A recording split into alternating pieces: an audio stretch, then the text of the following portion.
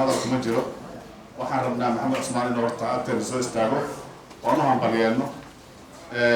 waxaan rabnaa maxamed Cusmaan maadaama uu maanta xilkii gudoomiyenimada ururada shaqaalaha Soomaaliyeed oo ku guuleystay wada shaqaynta inta ay kala dhaxayso aad u yaqaanaa horena waa nolol soo shaqeeyay waxaan rabaa intaas inaan hortiina ka cadeeyo inuu shaqooyin fara badan oo nolol soo qabtay oo ay ka mid tahay sharciga shaqaalaha rayidka inuu wax ka sameeyo wax ka tajiyo kale oo rabaa oo maxamed Cusmaan iyo asxaabtiisa iyo inta dooratay iyo shaqaalaha Soomaaliyeed oo dhan baaqsta joogan aan rabnaa maanta inaan u sheegno kowda May maalintii fantasiyaha shaqaalaha weynaha adduunka ayaa nagu soo dhow